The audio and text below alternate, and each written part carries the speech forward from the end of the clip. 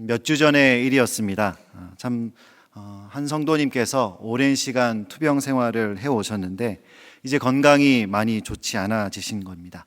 그 따님이 우리 아버지가 지금 몸이 많이 편찮으신데 혹시 병원에서 목사님께 세례를 받을 수 있겠냐고 문의가 오신 거예요. 제가 그 연락을 받고 바로 그 다음 날 병원에 찾아갔습니다. 요즘은 그 외부인이 입원실에 들어갈 수가 없더라고요. 그래서 이제 휠체어에 의지하신 채로 병원 로비에서 만났습니다. 성도님께서는 사실 대답하기도 쉽지 않은 그런 컨디션이셨지만 제가 드리는 이 세례 문답에 아멘으로 육체적으로는 조금은 힘겹게 고백하셨지만 믿음으로는 힘있게 고백하시면서 그렇게 눈물의 세례식을 진행을 했습니다. 장소가 로비였던지라 사람도 많이 지나다니고 조용하지는 않았지만 그 문답 질문 하나하나에 아멘, 아멘 하시면서 그렇게 대답하신 그 성도님의 진심이 느껴져서 성도님에게도 그리고 저를 포함한 같이 그 세례식에 동참했던 사람들에게도 굉장히 큰 울림이 있었던 세례식이었습니다. 그 세례식을 마치고 나서 이제 집으로 돌아왔는데요. 그때부터 한 며칠간 계속해서 제 마음에 되뇌어지는 한 문장이 있었습니다. 그것은 세례 문답 가운데 있던 3번 질문이었는데요. 그 질문이 이렇습니다. 당신은 지금 오직 성령에 의지하여 그리스도를 쫓아 모든 죄를 버리고 그의 가르침대로 살기로 작정하십니까? 이 문장을 읽으면 읽을수록 묵상하면 묵상할수록 뭔가 명쾌해지는 질문 같았어요. 맞아, 그렇지. 우리는 이렇게 살아야 하지. 우리 성도는 이렇게 사는 것이 성도이지. 일상을 살아가면서 하루하루 주어진 일들을 해나가기에 참 바쁘죠. 바쁘게 살다 보면 내가 이렇게 가는 길이 맞나? 이렇게 사는 것이 맞나? 내가 정말 잘 살고 있는 것인가? 라는 질문이 들 때 명쾌한 대답이 될 수 있는 질문. 성령의 은혜에 의지하여서 그리스도를 쫓아 모든 죄를 버리고 그의 가르침대로 살아가는 삶. 목사인 저에게도 질문을 했습니다. 목사로서 날마다 그리스도를 쫓고 있는가? 모든 죄를 버리고 그의 가르침대로 살기로 작정하고 있는가? 또 그렇게 살아낼 힘이 나에게 없기에 매일마다 날마다 성령의 은혜에 의지하는 삶을 소망하고 있는가? 여러분은 요즘 어떻게 살아가고 계십니까? 오늘 우리가 살펴본 이 사사기 17장에는요 3명의 등장인물이 나옵니다. 미가의 어머니, 그리고 미가, 레위인, 이렇게 3명이 나오는데요. 그런데 이 3명이 보여주는 삶의 모습에서는요 제가 방금 읽어드린 이 문장, 질문, 성령에 의지하고 그리스도를 쫓아 모든 죄를 버리고 말씀의 가르친 대로 사는 모습이 단 한 구절도 나오지 않습니다. 어쩜 이렇게 한 구절도 없는지 신기할 정도로 이런 이들의 이 삶의 모습을 정리한 한 문장을 요약한 구절이 중반부에 나오는데요 17장 6절입니다.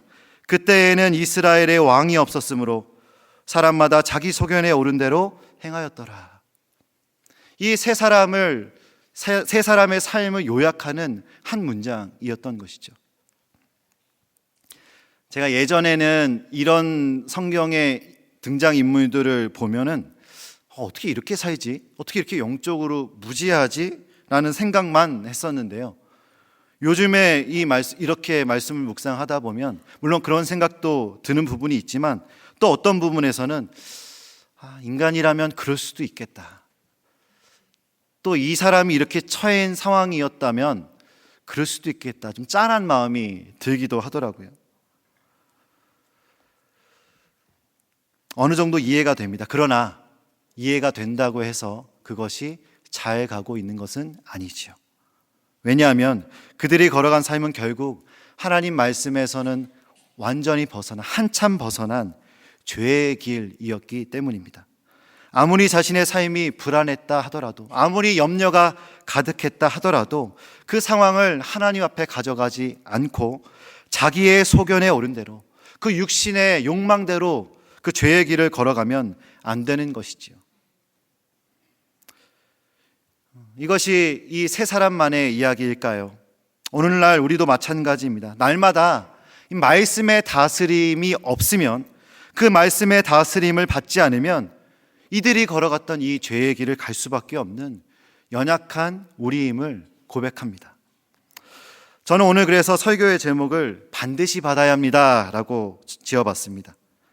오늘 등장인물들이 그토록 추구했던 복을 받아야 합니다가 아니라 우리는 하나님의 다스림을 받아야 합니다. 말씀의 다스림을 받아야 합니다. 이런 의미죠. 그래서 오늘 우리는 이 세 사람의 스토리를 하나하나 살펴보면서 우리를 돌아보고 또 우리에게 주신 말씀을 또 교훈 삼아서 기도하는 시간을 갖기 원하는데요. 제가 이 한 사람 한 사람의 이야기를 따로따로 이야기하면서 이 사람들의 이야기의 소제목을 제가 한번 붙여봤습니다. 먼저 첫 번째 살펴볼 인물은 미가의 어머니입니다. 미가의 어머니의 이야기의 제목을 저는 잃어버린 것은 은이 아니라 말씀의 기준이라고 지어봤습니다. 오늘 본문 2절입니다. 그의 어머니에게 이르되 어머니께서 은 1,100을 잃어버리셨으므로 저주하시고 내 귀에도 말씀하셨으니 보소서 그 은이 내게 있나이다. 내가 그것을 가졌나이다 하니 그의 어머니가 이르되 내 아들이 여호와께 복받기를 원하노라 하니라. 미가의 어머니가 은 1,100을 잃어버렸습니다. 도난당한 것이죠. 그 훔쳐간 사람이 누구인지 그 어머니가 그 사람을 향해 저주를 퍼붓기 시작을 합니다. 근데 그 저주를 들은 아들, 사실은 내가 훔쳐간 건데, 내가 도둑질한 건데, 찔려서 저주받기 싫어서 어머니에게 사실대로 고백을 합니다. 그런데 이 어머니는요, 이 아들의 자수를 듣고 나서는 혹시나 자신의 저주가 아들에게 갈까봐 이 저주를 바로 철회하고 복을 빌어줍니다. 그의 어머니가 이르되 내 아들이 여호와께 복받기를 원하노라. 여러분, 어머니에게 아들, 딸, 이 자녀가 얼마나 소중한 존재입니까? 더군다나 오늘 이야기를 보면요, 이 17장 또 18장에까지 미가의 가정의 이야기가 나오는데 아버지가 등장을 하지 않아요. 아버지가 계신지 안 계신지는 잘 모르겠습니다. 추측이죠. 그리고 이후에 10절에 보면요, 미가가 레위인을 자기의 집으로 데려오면서 당신이 이제 우리의 아버지와 제사장이 되라 이렇게 요청을 합니다. 사실 여기서 아버지는 진짜 그 육신의 아버지를 말하는 것이 아니라 어떤 영적인 어른, 자신에게 조언해 줄 수 있는 사람, 이런 것을 의미하는 것이긴 합니다. 육신의 아버지가 실제 존재하든 아니든 지금 이 집안에는 영적인 어른이 없는 것이죠. 당시 고대 사회에서 이 가정의 안위를 지켜줄 그 든든한 영적 가장이 없었단 말입니다. 미가가 실질적인 가장인 것이죠. 안 그래도 소중한 아들, 이 어머니에게 얼마나 소중했겠습니까?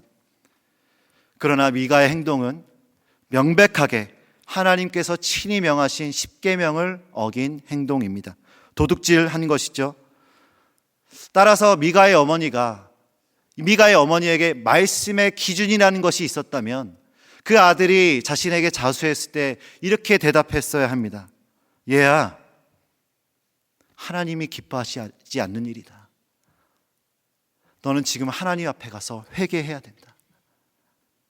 하나님이 기뻐하시는 삶은 그러한 삶이 아니다. 따끔하게 말했어야 합니다. 미가가 하나님 앞에서 회개할 수 있도록 안내를 해주었어야 합니다. 그러나 미가의 어머니는 10계명을 어긴 아들에게 오히려 하나님께서 복 주기를 축복하고 기도하고 있습니다. 그리고 3절에 이르러서는 그 어머니의 행동이 더욱더 독특해지는데요. 우리 3절을 한번 읽어볼까요? 함께 읽겠습니다. 시작. 미가가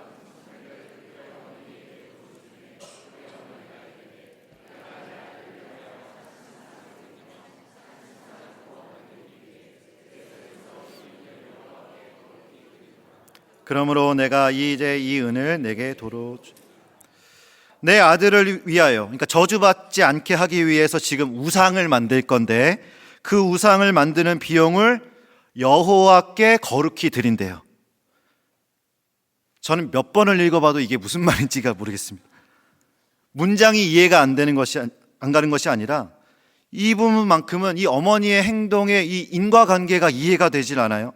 우상숭배는 분명히 하나님께서 정말로 싫어하시는 그 10계명에서도 말씀하고 계시는 하나님이 가장 싫어하시는 죄, 우상숭배, 우상인데요. 그 우상을 만들어서 거룩하게 하나님께 드린대요. 이 어머니의 행동이 어디에서부터 이렇게 기인한 것일까요? 지난주 수요 예배에서 이제 하진호 목사님께서 소개해 주신 불안한 현대사회라는 책에서 이 자기진실성이라는 개념을 설교 시간에 설명해 주신 적이 있습니다. 자기진실성이라는 것이 무엇인지 간단하게 다시 말씀드리면, 쉽게 말할게요. 이 도덕적인 기준이 어떤 외부에 있지 않고 자신의 느낌, 현재 자신의 정서에 있다는 것입니다. 그 외부에 있던 전통적인 어떤 기준들, 그것을 거부하고 내가 지금 느끼고 있는 그 마음, 내 감정, 내 상황이 더 중요하고 그것이 내가 지금 살아가는 기준이 된다라는 것이죠. 그러니까 이 어머니에 빗대어서 다시 설명하면, 하나님의 말씀은 상관없고 내가 지금 원하고 있는 거, 내 아들이 잘 되고 내 아들이 저주받지 않고 여호와께 복받는 것, 하나님의 말씀의 기준은 없고 그 기준은 나와 상관없고 내 아들만 잘 되는 것. 물론 자녀가 잘 돼야죠. 복받는 것 너무 중요하죠. 좋습니다. 그러나 이 모든 과정에 하나님의 말씀은 존재하지 않습니다. 하나님이라는 이 기준이 없습니다. 철저히 자기 진실성의 개념대로 살아가는 이 어머니의 모습이에요. 그런데 여러분, 이렇게 자기 진실성대로 자기 안에 있는 것들을 기준 삼으며 살아가는 사람들은 결국 더 불안하게 될 수밖에 없습니다. 왜일까요? 자신이 느끼고 있는 감정, 자신이 느끼고 있는 이 느낌이 기준이 된다면 그 기준은 항상 흔들리기 때문입니다. 쉽게 말해서 아침 다르고 저녁 다른 게 우리의 느낌인데, 아침 다르고 저녁 다른 게 우리의 감정인데요. 또 우리의 상황은 어떻습니까? 시간이 지날수록 얼마나 빠르게 바뀌어가는 이 현대사회 아닙니까? 그 상황마다 변하는 나의 감정은 또 얼마나 쉽게 많이 바뀌고 있습니까? 그렇게 쉽게 변하는 것들이 기준이 된다면 결정적인 순간에 무엇을 확신할 수 있겠냐는 것이죠. 어떻게 우리는 무슨 근거로, 어떠한 기준으로 이렇게 빠르게 변해가는 세상 가운데서, 이렇게 하루에도 수없이 바뀌어가는 내 마음 가운데서 어떤 것을 분별하며 살아갈 수 있겠습니까? 어머니를 보십시오. 금방 저주했다가 금방 축복했다가 이랬다가 저랬다가 어떠한 기준도 없이 바람에 나는 겨와 같이 흔들립니다. 연약한 우리의 삶에 이러한 분명한 기준이 없으면 쉽게 흔들릴 수밖에 없는 이 어머니의 모습이 사실은 우리의 모습이 아닐까라는 생각을 해봅니다. 그렇다면 어떻게 해야 흔들리지 않을 수 있을까요? 마태복음에서 예수님께서 그 비결을 말씀하시는데요. 마태복음 7장 24절 25절입니다. 제가 읽겠습니다. 그러므로 누구든지 나의 이 말을 듣고 행하는 자는 그 집을 반석 위에 지은 지혜로운 사람 같으리니 비가 내리고 창수가 나고 바람이 불어 그 집에 부딪히되 무너지지 아니하니 이는 주추를 반석 위에 놓은 까닭이요. 비가 내리고 홍수가 나고 태풍이 불어도 무너지지 않을 수 있는 비결은 무엇이냐고요? 주의 말씀을 듣고 행하는 자다. 날마다 말씀의 다스림을 받는 것입니다. 날마다 말씀의 지도를 받고 날마다 말씀을 기준으로 삼고 그 말씀대로 살아갈 때에 비가 오거나 홍수가 나거나 태풍이 와도 흔들리지 않을 수 있다. 내 안에서 수없이 쏟아져 나오는 소리들, 또 세상에서 들려오는 수없이 많은 소리들 때문에 혹시 불안하고 염려되고 걱정되고 무엇을 기준으로 삼아야 될까 혼란스러운 분 이 자리에 계시다면 오늘 이 밤에 말씀을 우리 삶의 분명한 기준으로 삼게 되는 은혜가 있기를 주님의 이름으로 축원드립니다. 다음으로 살펴볼 인물은 미가인데요. 미가 이야기의 제목을 저는 이렇게 지어봤습니다. 불안으로 시작한 나를 위한 예배. 나를 위한 예배. 우리 4절과 5절을 우리 한 번 더 함께 읽어보도록 하겠습니다. 함께 읽겠습니다. 미가가 그 은을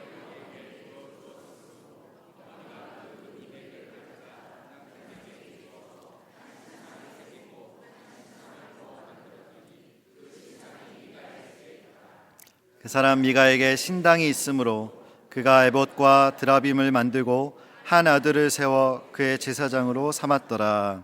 아멘. 미가는 어머니가 만든 그 우상을 자기 집에 드립니다. 그런데 5절에서 미가의 집에 굉장히 독특한 점을 발견하게 되는데요. 미가의 집 안에 신당이 있는 것입니다. 그러니까 오늘날로 치면 공식적인 승인을 받은 교회는 아니고 사설 종교 시설이 집 안에 있는 것입니다. 집에 신당을 이렇게 따로 만들 정도면 집이 굉장히 부유했던 것 같습니다.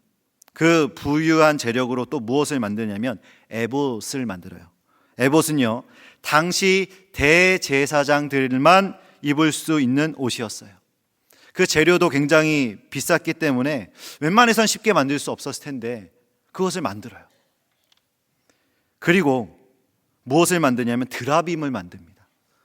드라빔은요, 집안에 들여놓는 작은 우상, 수호신 같은 그런 작은 우상을 말합니다. 그리고 또 무슨 행동을 하냐면 자기 아들을 세워서 제사장으로 삼습니다.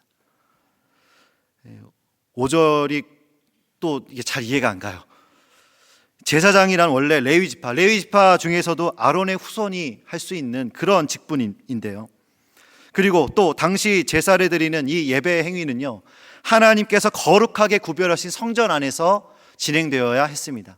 물론 신약 시대에 와서는 우리가 하나님의 거룩한 성전이고 우리가 교회이기 때문에 어떤 공간의 제약을 받지 않지만은 이 구약 시대만큼은 하나님의 거룩하심을 반드시 기억하라는 의미로 거룩하게 구별된 곳에서 거룩하게 구별된 방법으로 제사를 드려야 했습니다. 그런데 지금 미가는 자기 집에서 그걸 하고 있어요. 그런데 거기서 또 대제사장만 입을 수 있는 에봇도 가져다 놓고 또 거기에 드라비 우상도 갖다 놓습니다. 그리고 레위인도 아닌 자기 아들을 제사장으로 삼습니다. 팀 켈러 목사님이 쓰신 당신을 위한 사사기라는 책에서 이 부분을 놓고 굉장히 재미있는 표현을 쓰셨는데요. 지금 미가에게 이 종교 생활이 취미가 되었다라는 표현을 쓰더라고요.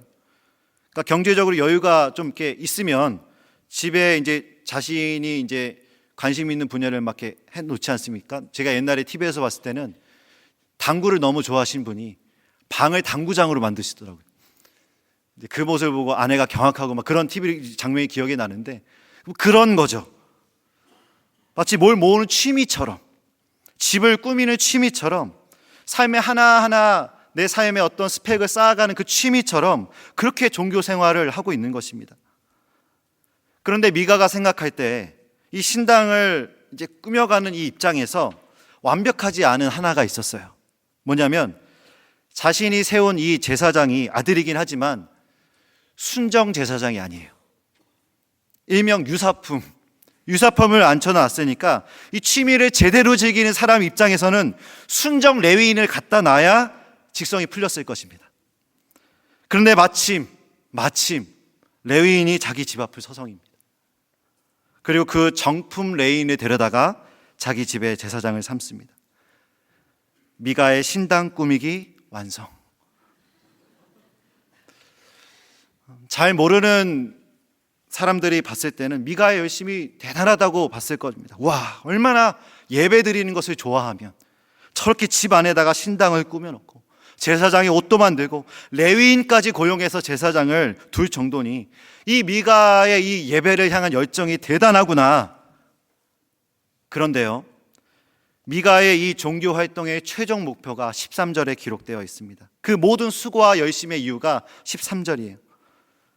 이렇게 말합니다. 이에 미가가 이르되 레위인이 내 제사장이 되었으니 이제 여호와께서 내게 복을 주실 줄을 아노라. 이제 레위인 제사장으로 완성되었사오니 있으니 하나님이 이제 내 삶을 잘되게 하실 거야. 안심하는 모습이 보입니다. 아, 이제 됐다. 이어서 팀 켈러 목사님이 이 대목을 이렇게 해석합니다. 제가 읽어드릴게요. 그의 종교 활동의 목적은 하나님께 접근해서 그가 원하는 것을 하나님이 해주시게 하는 것이다. 그러나 참 신앙의 목표는 하나님이 당신의 마음에 다가오시기에 허락해 드려서 하나님이 원하시는 것을 당신이 하는 것이다. 진정한 믿음의 목적은 당신의 마음이 하나님을 섬기게 하는 것이다. 제가 이 팀 켈러 목사님이 쓰신 이 책을 다시 설교를 준비하면서 읽다가요, 이 챕터를 읽는데 제 아내도 이 챕터를 읽었었나 봐요, 예전에. 그러면서 본인이 묵상한 내용을 이렇게 일기처럼 이렇게 책 한 편에 썼더라고요. 그래서 제가 그거 좀 적어와 봤습니다. 이런 내용입니다. 2017년 8월 25일, 오늘 산부인과에서 배가 한가득 부어오른 산모들을 보고 있자니 울컥한다. 어느덧 1년이 지난 시간들을 되돌아보게 된다. 나는 그동안 너무 당연한 태도로 하나님 앞에서 마치 요술램프의 지니처럼 하나님께 요구만 하고 있었던 것은 아닌지. 하나님이 사랑하시는 나를 믿지 말고 하나님 자체를 바라자. 저희 부부가 처음 유산을 하고 한 1년 정도가 지났던 시점이었던 것 같습니다. 간절히 원하고 또 기도했지만 유산을 하게 되었고, 이 기도하는 과정에서 우리의 삶을 다시 한번 하나님 앞에 올려드리는 시간을 가졌었는데요. 사실은 이 유산 이후에도 여러 번의 유산을 더 하게 되고 지금 역시 아직 아이가 없습니다. 그러나 이 아내의 고백처럼 지난 9년의 세월 동안 비록 우리가 그토록 원하는 아이는 얻지 못했지만 이 기도하는 시간들을 통해, 이 일들을 통해 하나님을 더욱 가까이 하게 되었고 하나님 자체를 얻게 되는 그 복을 누렸음을 부인할 수가 없습니다. 아니, 부인할 수 없는 정도가 아니라 저희 두 부부는 확신을 하고 있습니다. 여러분, 미가가 예배하는 목적은 하나님이 내 삶을 잘되게 하는 것이었습니다. 예배를 받으시는 하나님의 뜻은 무엇인지 관심이 없었고요. 물론 내 삶의 불안한 부분이나 염려되는 부분, 또 하나님께서 해결해 주시는 부분을 주님께 내어 맡기고 주님을 신뢰하는 것, 정말 하나님이 기뻐하시는 예배의 마음입니다. 그러나 미가에게 있어서만큼 예배 받으시는 대상은 중요하지 않았고 예배하는 나가 중요했어요. 이 지점에서 오늘 우리는 우리가 드리는 예배를 좀 돌아보기를 원합니다. 우리가 드리고 있는 예배는 정말 하나님만을 위한 예배입니까? 아니면 하나님이 나를 섬기게 하는데 목적이 있습니까? 계속해서 이어서 세 번째로 살펴볼 인물은 레위인인데요. 제가 이 레위인의 스토리의 제목을 이렇게 지어봤습니다. 거주할 곳을 찾다가 길을 잃어버린 사명자. 제가 개인적으로 가장 묵상을 많이 하게 된 이야기입니다. 레위인의 이야기는 이렇게 시작합니다. 8절에 그 사람이 거주할 곳을 찾고자 하여 그 성읍 유다 베들레헴을 떠나 가다가 에브라임 산지로 가서 미가의 집에 이르매. 어떤 자료를 보니까 이 젊은 레위인이 자기가 있어야 할 성읍을 떠나서 이 에브라임으로 갈 수밖에 없었던 이유는 생계가 어려웠기 때문이었다라고 하는 그런 자료를 봤습니다. 아시는 것처럼 당시 이 사사기 시대는 영적인 암흑기입니다. 완전한 영적인 침체기죠. 그러니까 백성들도 하나님께 제사 드리기를, 예배 드리기를 소홀히 하였고, 이 레위인들은 백성들이 하나님께 드리는 11조로 생활을 하게 되는데 이 예배가 무너지니까 레위인들이 실제로 생활할 수 있는 삶의 여건 또한 무너지게 된 것입니다. 그렇게 생계를 이어가기 위해, 내 삶의 이 불안함을 해결하기 위해 자신이 있어야 할 곳에서 이 에브라임까지 가게 된 것이죠. 지도를 보니까 거리가 꽤 멀더라고요. 그러던 와중에 굉장히 부유한 집안처럼 보이는 미가의 집을 발견합니다. 그 앞을 서성이고 있는데 마침 순정 제사장을 찾고 있던 미가의 눈에 띄어서 그 집에 사설 가정 제사장으로 취업을 하게 됩니다. 이 사정은 참 안타깝지만 하나님이 특별히 레위인에게 주신 사명과는 거리가 멀죠. 레위인이라면 마땅히 자신을 거룩하게 고별하여서 성전에서 하나님을 예배하는 일에 집중하고 또 율법으로 사람들을 가르치는 일을 감당해야 합니다. 그런데 지금 이 레위인은 자기가 있어야 할 곳을 이탈한 것이죠. 그렇게 미가의 집에 들어간 레위인이 어떻게 생각하고 있을까요? 11절에 그 레위인이 그 사람과 함께 거주하기를 만족하게 생각했으니. 그는 만족했습니다. 왜일까요? 생활이 편해졌거든요. 이제 돌아다니지 않아도 되거든요. 하나님의 사명, 하나님의 부르심 이런 것보다는 일단 내 생활이 안정되고 편해지는 것이 더 중요했거든요.